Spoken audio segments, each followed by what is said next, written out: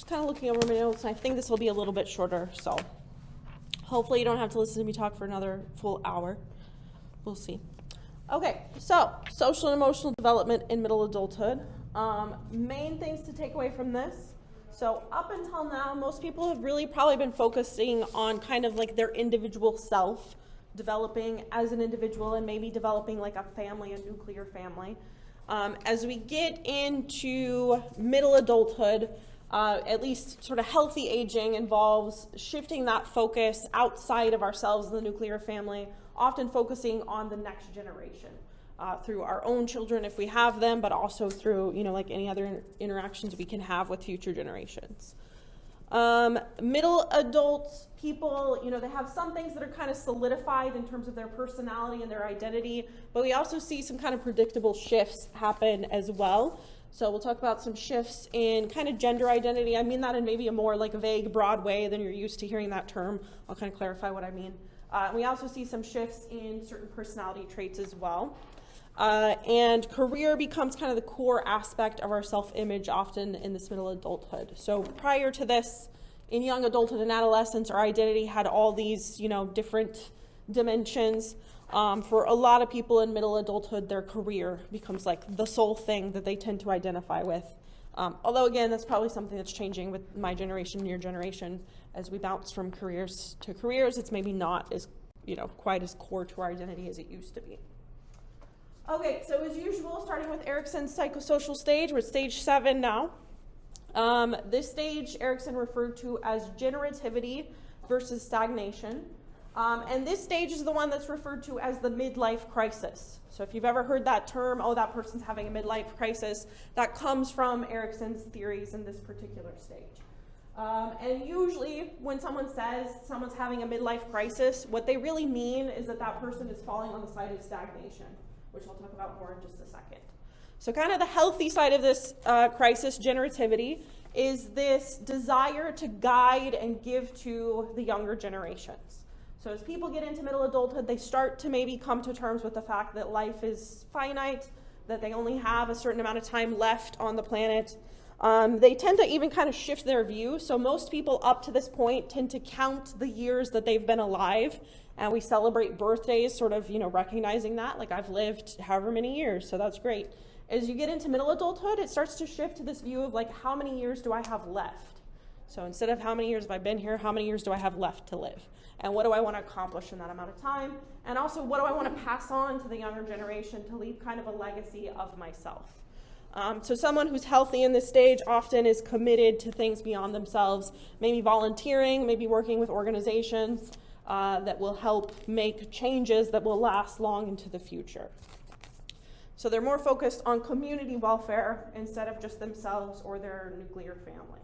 And so again, that may happen through children. Maybe they're focused on giving their children the best that they can have and helping them, move forward, but also focusing on things outside of that as well. So stagnation is the unhealthy side of this, and again, that's kind of what we typically think of when you picture someone in a midlife crisis.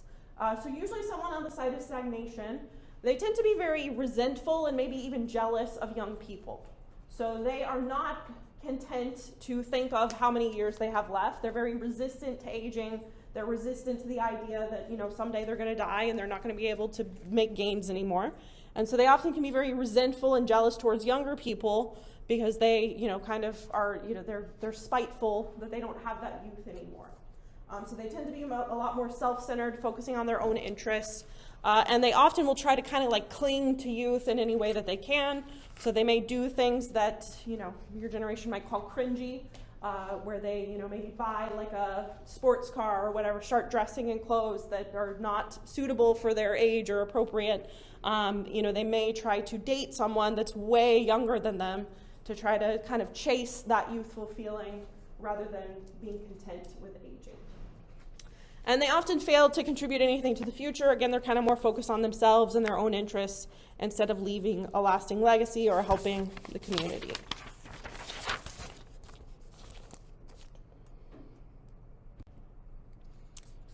Okay, some other kind of social, emotional things that are happening. So when I was talking about shifting in gender identity, what I'm really referring to here is rise in what's called androgyny.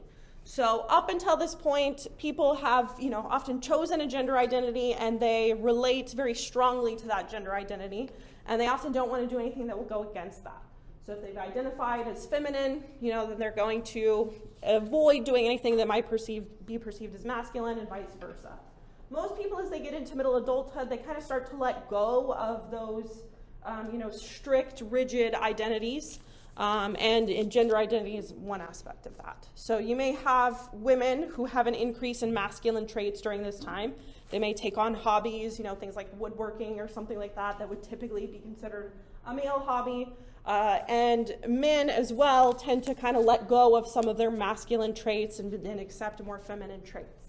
In particular, men are more likely in middle age to be open to expressing their emotions more so than they would have been in young adulthood. So this has been shown, so those who do have this rise in androgyny tend to have a kind of healthier adjustment to aging compared to those who try to cling to those really rigid gender identities that they have in their youth. They also tend to be more creative, so they're more likely to pursue some of those creative things, like painting, drawing, hobbies where you're actually physically making something. Let's see, what else? Women also may become more assertive at work, so that might be one thing that contributes to that. So if they've kind of established themselves in a career, typically in that young adulthood, women may be very hesitant to speak up. They might be scared that if they do, they're going to get fired, they're going to get some sort of retaliation. As they get older, they get more confidence, they're more likely to take a more kind of masculine, assertive approach in their workplace. Let's see. I will say there's been less change with recent generations, but that seems to be because recent generations are more likely to be more androgynous to begin with. So instead of sticking to a rigid gender identity and then shifting in middle adulthood, it seems like younger generations, maybe even your generation, probably more androgynous to start. So then we don't see the shift in middle adulthood because it's already happened.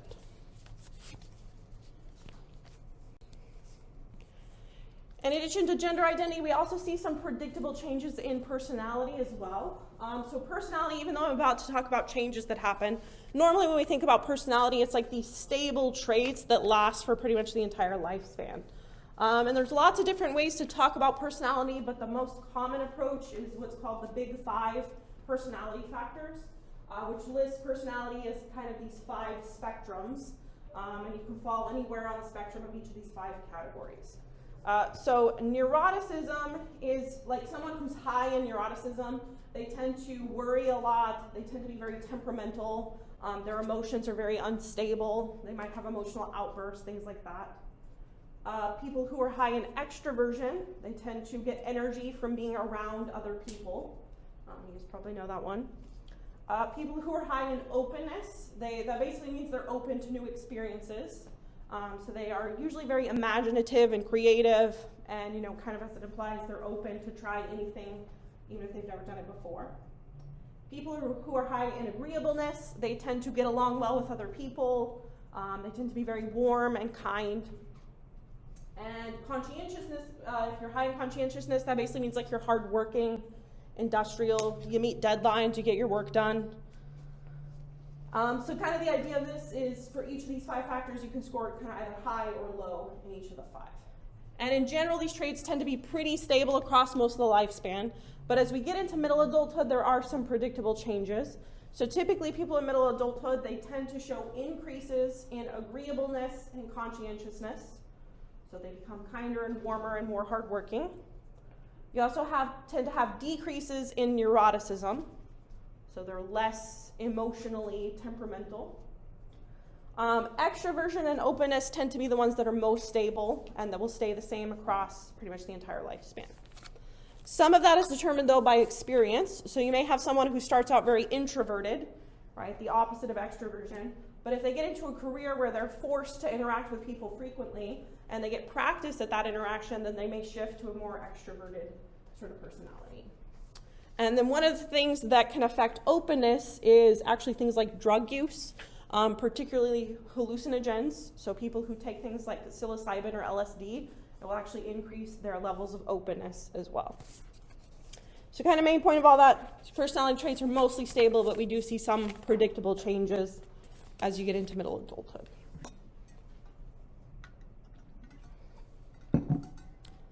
Okay, shifting to relationships. So family relationships during this time can be very complex. You kind of have a lot of things going on all at once. So if you got the person who's in middle adulthood, typically they're going to have children that at this point in time are starting to leave the home. They may be either in adolescence or they're graduating high school and going off and doing their own thing. So we already talked about in the context of adolescence, all that tumultuous relationship that you have with your parents as an adolescent.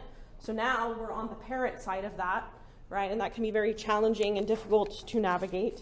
And then it also can be very difficult to navigate the child leaving the home, especially when the last child leaves the home. Then you get the empty nest syndrome or whatever. Parents who have spent a lot of their time and effort in their children, now they're not doing that anymore. They suddenly have this kind of vacuum in their time and their energy and their resources, and they have to figure out what to do with all that extra time, and that can be a very difficult adjustment for some. You also, so remember, this age range goes all the way up to 65, so often people in this period may become grandparents, which again can be a very complicated event. Oftentimes, though, grandparenthood is seen as more, you have a lot more of the positive aspects than the negative aspects as a grandparent as far as child rearing. So the grandparent often has the advantage of being able to just interact with the infant or child as much as they want to, and then as soon as the child needs their diaper changed or they're crying or whatever, you can hand them off to the parent and not have to deal with some of those stressful aspects.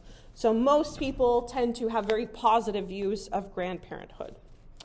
One of the really challenging things about this age range, though, is that they're sometimes referred to as the sandwich generation because they are simultaneously taking care of their own children and they're also taking care of their aging parents as well. So you can imagine if you're in your 40s, you've got some adolescent kids at home that you're trying to deal with, but then maybe your parents are, 65 or so, they're getting old, they're maybe starting to have health declines. You may have those parents move in, or you may have to make a tough decision to put them in a nursing home or something like that. So then you're caring for both generations above and below you at the same time. So that can be extremely stressful. It can be financially stressful because you have to pay the huge amount of money we already talked about to raise your kid. And then you may also have to pay additional money to help your aging parents. And then, all the other stresses that come with just trying to balance all of those responsibilities at the same time.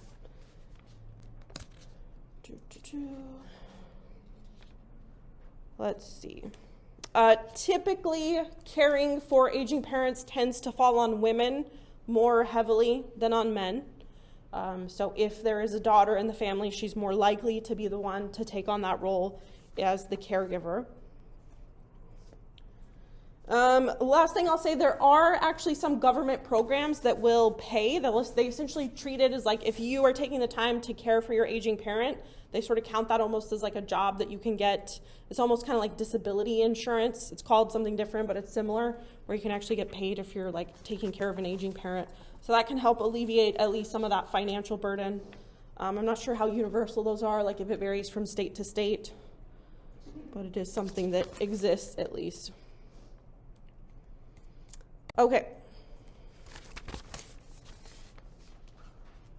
So you have all these changes in identity, personality. There's this, shifting family dynamics as kids are graduating. You're maybe taking care of elderly parents, etc. So like I said, sort of career is the core aspect of identity for most people during this time. If people happen to make friends or meet new people in their 40s, often kind of the topic of conversation tends to revolve around work and career, because then that's kind of the core aspect of their identity. Most people will tend to have increased job satisfaction during this time. So if you remember last time in young adulthood, I talked about how when you first enter a career, you can have all these disappointments.